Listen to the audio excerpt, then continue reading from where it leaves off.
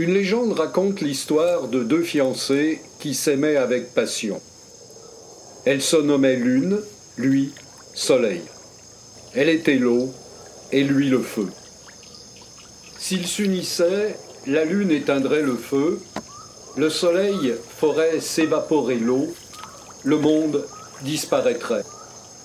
Leur union était donc impossible. La Lune, inconsolable, pleura tant que ses larmes inondèrent les forêts et les vallées, et des larmes de la Lune naquit un grand fleuve. Au XVIe siècle, l'explorateur espagnol Orellana parcourt l'Amérique du Sud. Il découvre à ses dépens, sur les bords d'un fleuve, un peuple où les femmes, à l'égal des hommes, se révèlent de farouches guerrières. En référence à la mythologie grecque, il désigne le fleuve comme le fleuve des Amazones.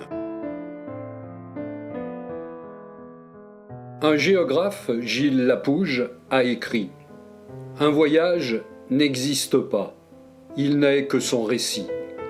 Alors voilà le récit d'un voyage sur l'Amazone. »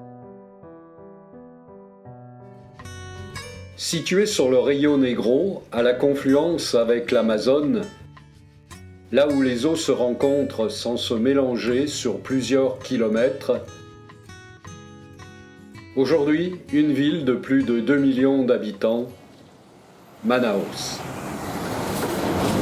Fondée par les Portugais en 1669, la ville n'était à l'origine qu'un petit village.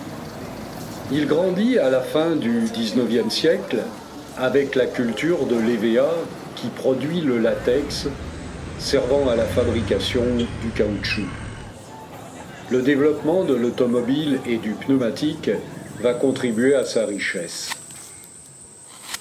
Cet essor économique sera à l'origine de grandes fortunes, côtoyant le quotidien misérable des travailleurs de l'EVA, les seringueros, qui vivaient dans la forêt.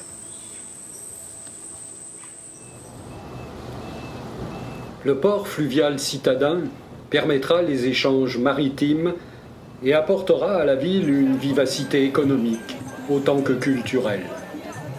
On donne alors à Manaus le titre de Paris des tropiques.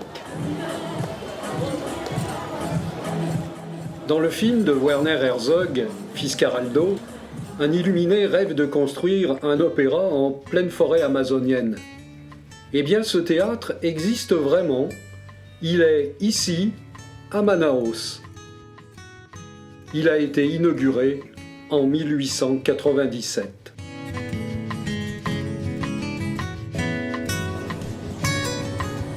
Aujourd'hui, Manaus offre un visage contrasté. La ville a conservé de nombreux bâtiments qui témoignent de son passé. Elle présente également une vie moderne, paisible et animée.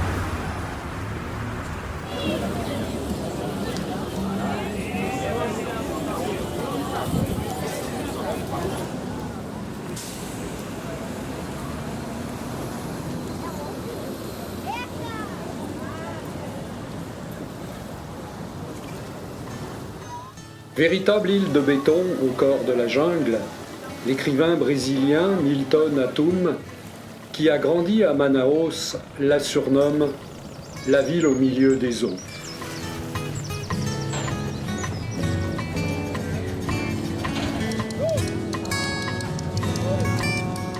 Milton Atum écrit, ce qui est encore vrai aujourd'hui, que le corps et les yeux de Manaus sont dans le port et les berges du Rio Negro. La grande zone portuaire fourmillait de commerçants, de porteurs, de camelots.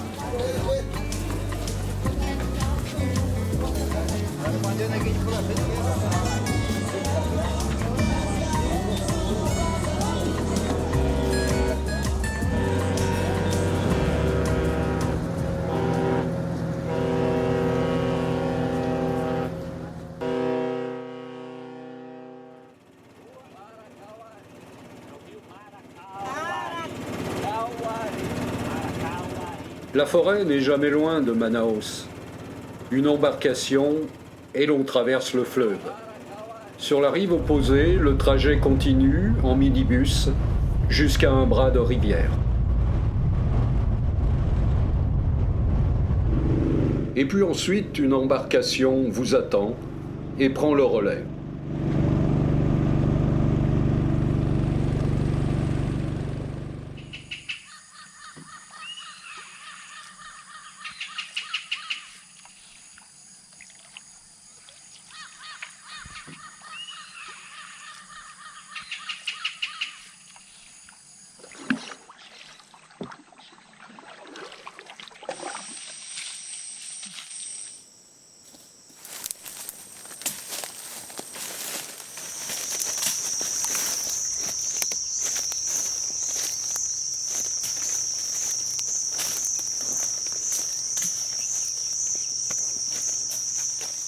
C'est dans ces moments où l'on échappe au temps que l'on s'aperçoit qu'on ne le perd jamais, surtout à ne rien faire.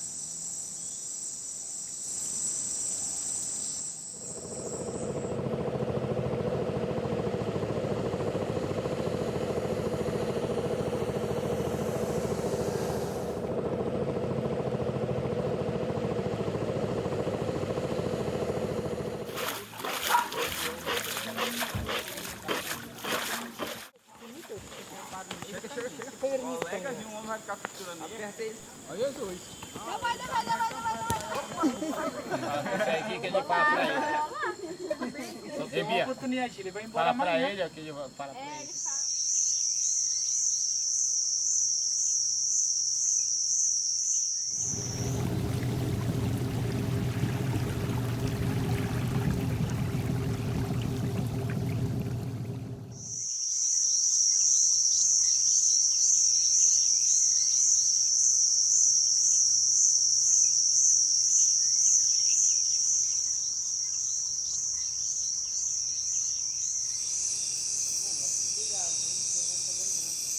Já falei para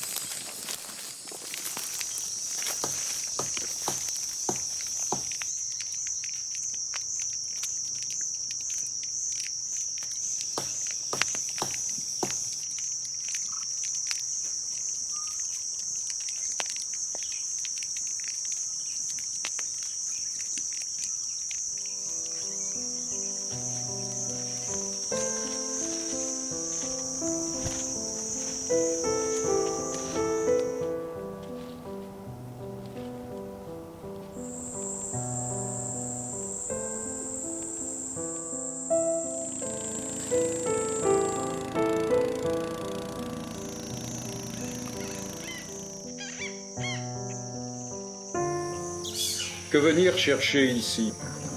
Le silence? La solitude? Même pas. Rien, tout simplement. Ne rien chercher? Ne rien vouloir? C'est fou ce que ça repose.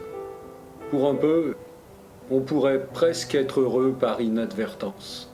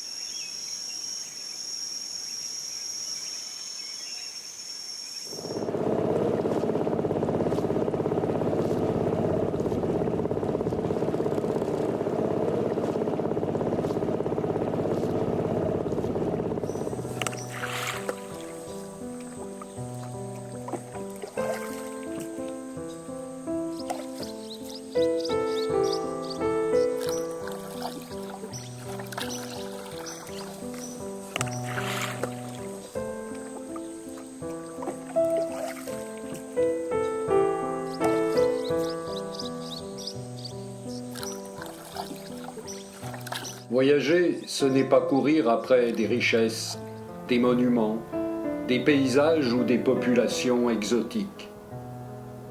Voyager, ce n'est pas planifier d'interminables itinéraires en cochant des croix sur une liste d'endroits à visiter. Le voyage n'est pas un exercice encyclopédique. Le voyage, c'est une aventure, pas un inventaire.